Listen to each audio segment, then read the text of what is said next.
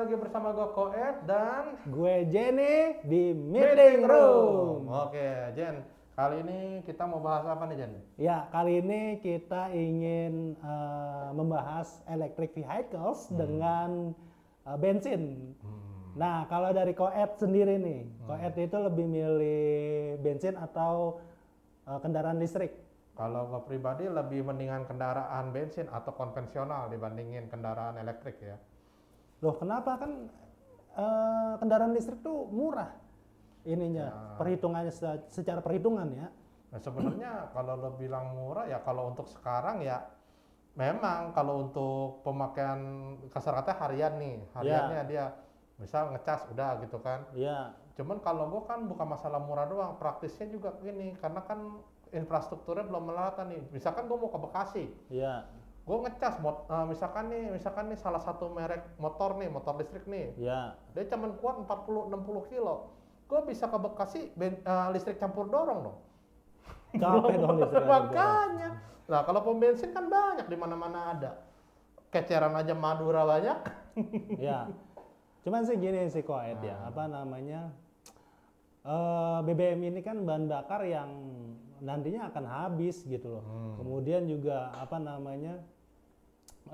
Nimbulin polusi juga gitu kan dari ada kan dia kendaraan juga ada polusi udara segala macam gitu.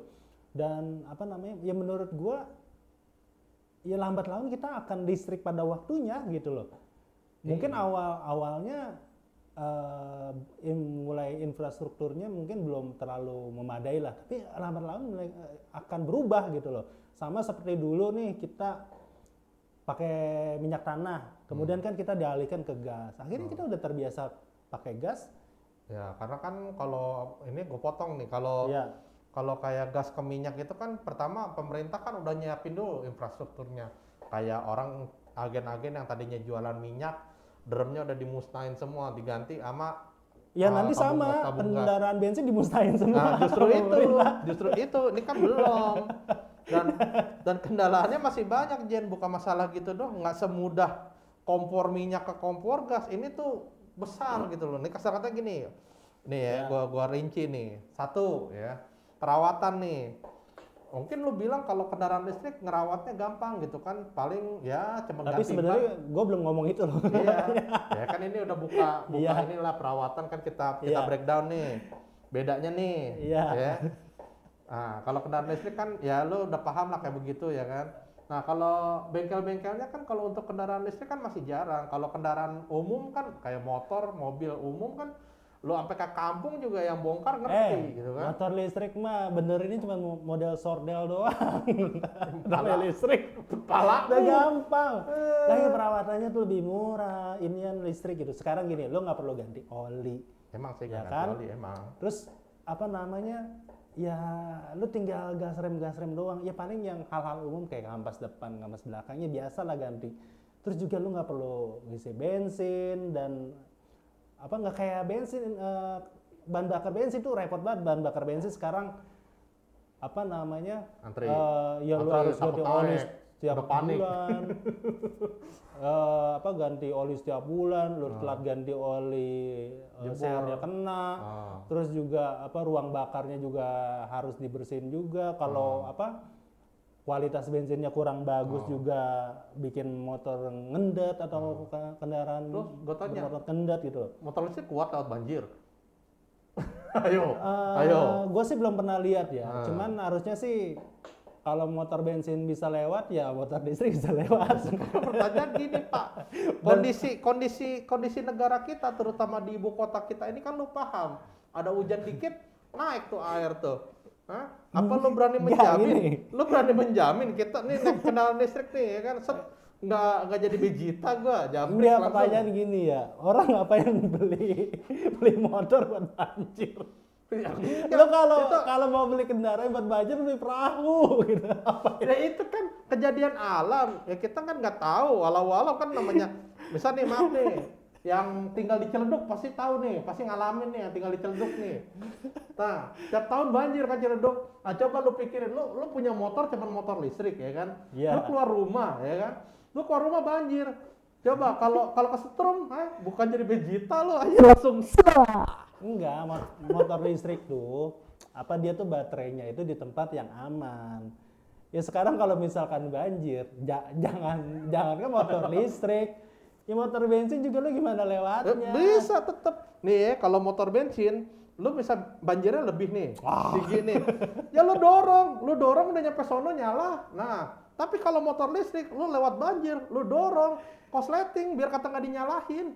Sekarang gini, lu pikir motor yang pakai bensin dia nggak ada kelistrikan? Sama, dia ada kelistrikan juga. Ada, tapi nggak seringki dan seini motor listrik karena Ya. kalau motor konvensional itu kan masih ada yang agak jadul tuh, yang nggak pakai injeksi dan nggak pakai komputerisasi lah ya kan. Iya. Nah, kalau motor listrik itu kan komponennya cuma 3 macam, controller, mesin, ya kan, sama penyalur langsung ke ban.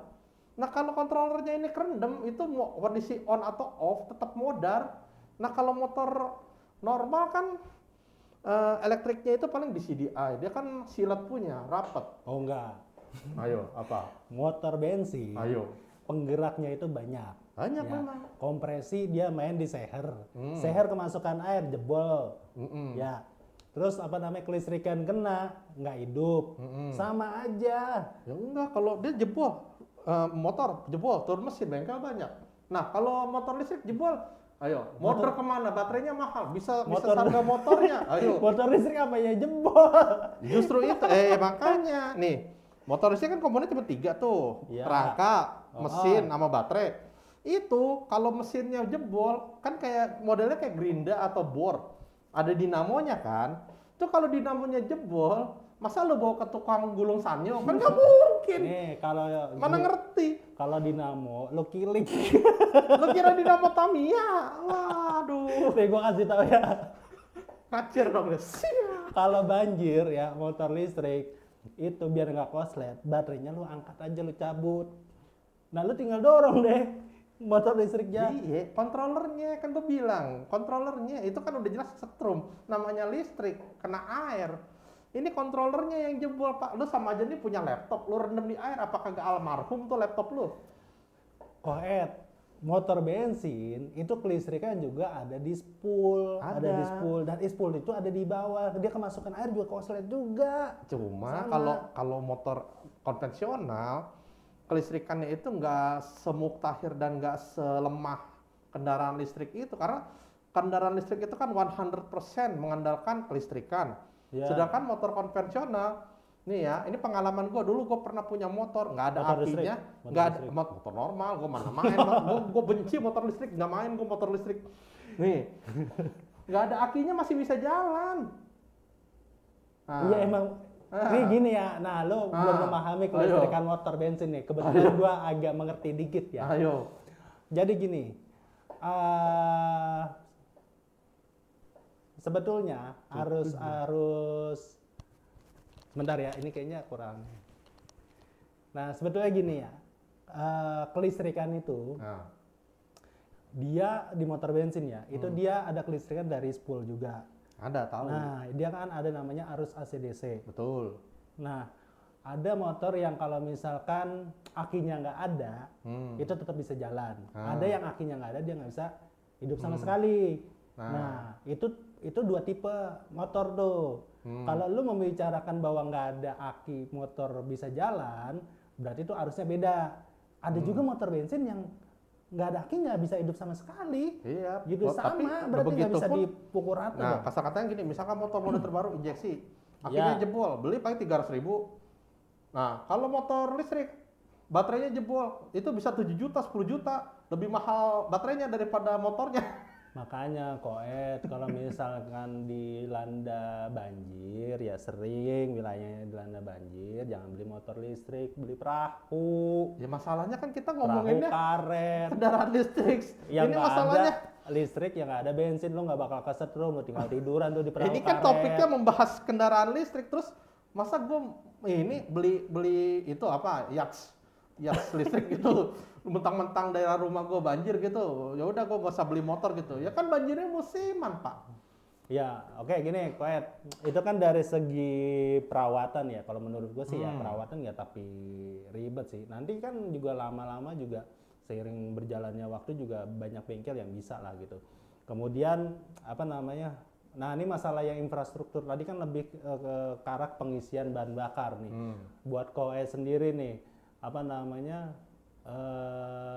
Kenapa berasumsi bahwa motor listrik itu susah gitu ngisi bensin atau Ngisi bahan bakar. ya ngecasnya lah. Nah, sekarang gini, kalau bensin lu habis, lu bisa ke pom bensin, bisa ke pinggir jalan, bahkan tukang Madura pun banyak yang jualan bensin eceran. Sedangkan lu ngecas motor, pertama lu mesti punya chargernya. Ya. Kedua, charger di sini itu belum fast charging. Rata-rata 4 jam, 8 jam. Lu kalau misalkan tiba-tiba dipanggil calling, "Beb, di rumah nggak ada orang nih, aku nungguin kamu." Nah, terus lu nungguin motor lu dicas dulu, keburu diputusin sama cewek lu. Ya kalau udah di calling kayak gitu sih gua nggak Grab sih. Ya kan dia pilihannya masalah motor listrik sama Ngapain gua nungguin motor dicas? ini. Ngapa jadi Ngecas Grab? motor? Aduh. Ya sekarang kan motor lagi nggak bisa dipakai nih motor listrik. Ya gua pakai Ya kan topik inilah. yang kita kan di situ. Kalau masalah itu beda lagi. Ya, Kalau itu kan. udah namanya pilihan transportasi itu udah beda lagi tuh. Ya sekarang gini sih Dan Koet. kamu nyebut merek lagi. Ini ada yang menarik sih, Koet. Kalau misalkan sekarang tuh udah banyak yang apa namanya dia tuh pengisian listrik itu tukar baterai Koet. Jadi lu tinggal datang ada di apa namanya minimarket, lu tinggal masukin terus diambil yang iya, baru iya. itu udah efisien menurut Iya, gua. gua pernah Lama-lama dengar nanti tuh, benar. akan apa namanya Merata akan lebih seperti itu, iya akan merata gitu Iya, sih. cuman kalau yang gue lihat lagi ada satu lemahnya di sistem tukar baterai itu. Dia baterainya itu nggak model one tip buat semua gitu loh, nggak satu tipe untuk semua jenis motor. Jadi beda motor tuh jenis-jenis, harusnya pabrikan tuh bisa bikin kayak gas kan, gas satu tabung nih ukuran sama semua kan. Nah Sekarang kalau gini. motor kan beda merek, beda ukuran baterainya, makanya Sekarang gini, emang ribet. semua bensin yang RON 90 bisa dipakai di semua motor? Enggak. Yang maksudnya nggak bukan begitu. Kalau bensin Sama aja. enggak, beda. Kalau bensin selama dia jenisnya bensin atau solar itu bisa dipakai semua kendaraan. Kecuali kan misal nih motor nih mau Iya. jadul kayak mau baru kayak lu kasih Petramak udah pasti jalan ya kan. Kasih RON 92 Oh belum tentu. jalan, mau motor jadul juga jalan. Enggak, dia kalau bensin itu dari pabrikan itu dia udah ada standarnya maksimal Iya. itu diisinya RON berapa. Kalau lu isi lebih dari itu tinggi banget misalnya itu juga nggak bagus buat motor. Emang nggak bagus tapi tetap jalan. Nah sekarang kalau baterai beda jenisnya nggak muat di dudukannya karena dia kan udah di ini kan udah satu macam satu tipe kan, bisa kayak handphone lu Ya. merek A dikasih baterainya handphone merek O yang nggak bakal muat gitu kan. Ya sekarang ngapain lu tukar baterai? Ya enggak, maksudnya kan contohnya aja biar lu gampang ngerti. Maksudnya tuh Iya. kenapa nggak pabrikan ini tuh dia bekerja sama bikin standar kayak misal handphone. Heeh. Semua handphone sekarang kan Iya. distandarkan chargernya pakai USB-C nih. Tapi kan baterainya tetap beda. Ya tetap Emang aja. ya baterai handphone A, Enggak, lu enggak, pakai gini, buat gini, handphone B nggak bisa lah. Enggak, maksudnya kan karena sistemnya motor listrik atau mobil listrik ini nggak bisa ngecas cepet. Iya. Jadi kan makanya dia solusinya kan ganti baterai. Nah, ganti baterai ini biar dia itu lebih Oh, gini. merata, harusnya baterainya dibikin one tipe gitu. Enggak. Itu menurut gue bukan baterai one tipe, tapi harus ada pengisian baterai chargernya itu buat semua motor.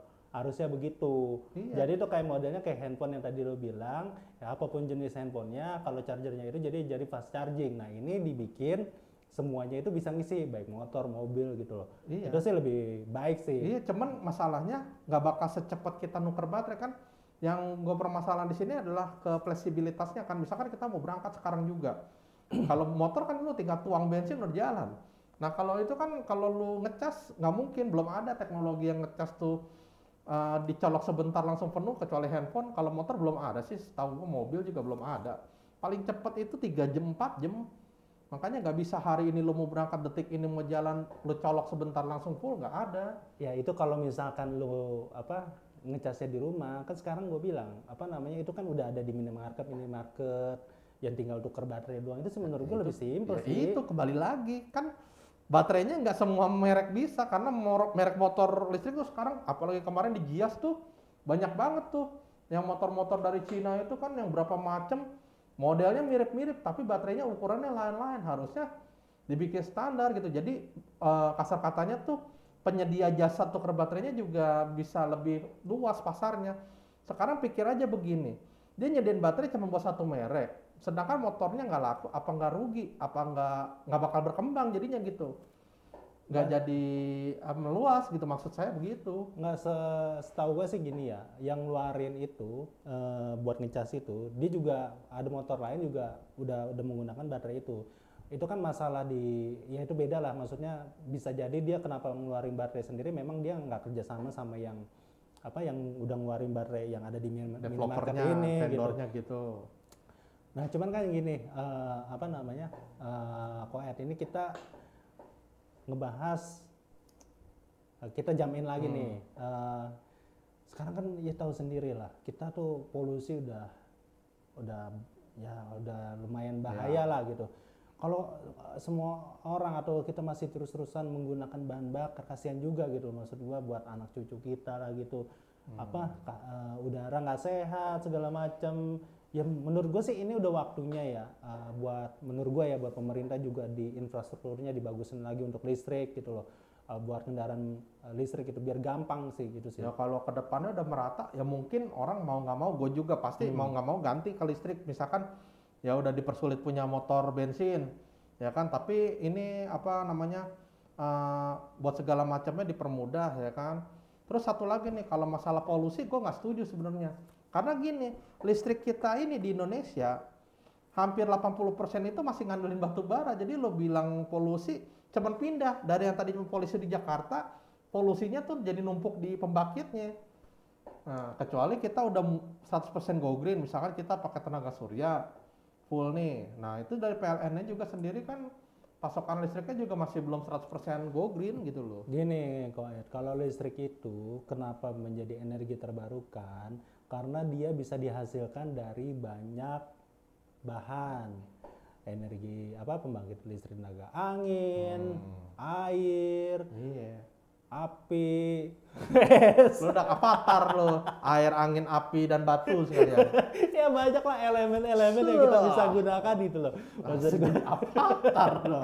Itu banyak Koet. Iya, cuman problemnya kalau lo bilang utamanya karena polusi ya. Kalau untuk saat ini sih kalau menurut gua kurang tepat, karena kita juga sendiri ngasilin listrik masih ngandelin batu bara. Tapi kan gini Koet, kendaraan listrik juga itu kan dari segi efisiensi harga ya, itu kan udah dikalkulasi gitu loh. Lebih murah Koet, ya paling kalau misalkan perjalanan berapa kilometer biasa kita ngabisin duit atau uang 20.000, ini cuma 1.500, 2.000. Oke, kalau yang begitu, kalau harian memang, kalau untuk masalah hitung-hitungan jarak dekat dan harian, ya lebih murah kendaraan listrik. Ya. Cuman untuk jarak tempuh dan ke fleksibilitasnya tetap kalah. Misalkan gini, lu mau keluar kota, misalkan mudik deh. Misalkan lu yang paling sering lah warga Indonesia, bisa dari ibu kota ya kan, mau ke Jawa Timur ya kan. Sekarang yang kemarin aja ada tuh yang salah satu YouTuber terkenal lah ngetes tuh mudik ke Jawa. Nggak nyampe rumah dia di tengah jalan, untung dia bawa genset. di cas di kampung, nyampe rumah listriknya kurang, nggak kuat ngangkat pak, nggak bisa ngecas pak. Nah gini, Kemana itu pak? Gini Koet, kalau udah beli kendaraan listrik, kan kita udah dikasih tahu tuh tempat-tempat ngecas. Kalau sekiranya kita mau pulang kampung, di tempat-tempat checkpoint kita itu nggak ada, kan itu kita udah ada perhitungannya nih, baterai 100% itu dia dayanya berapa kilometer, dayanya berapa jarak tempuhnya tuh berapa kilometer. Kita tinggal lihat, oh ini jaraknya lebih, di situ ada checkpointnya enggak, dilihat dulu dari sini checkpoint bisa, terus di sini ada checkpoint. Kalau lu dari checkpoint A ke B bisa, ke B ke C nggak ada, sampai ke D nggak sampai, yang nggak usah pakai kendaraan listrik, karena emang infrastrukturnya artinya belum masuk ke situ. Ya makanya gitu, terus masalahnya kan itu kita udah beli mahal-mahal ya kan.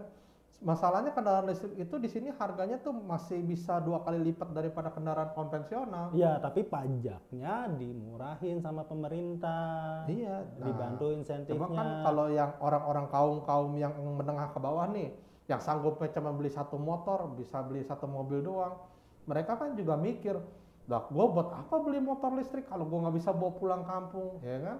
Makanya kalau infrastrukturnya belum ini sih, tetap sih gua belum setuju sih kalau kendaraan listrik sih asli. Terus juga dari harga yang tadi Hmm. ngomong ya, Kohet. Maksudnya apa? Dari harga bahan bakarnya ya. Kendaraan listrik tuh enak, Kohet. Misalkan gini nih, lu nggak mau ngeluarin duit nih, Nah.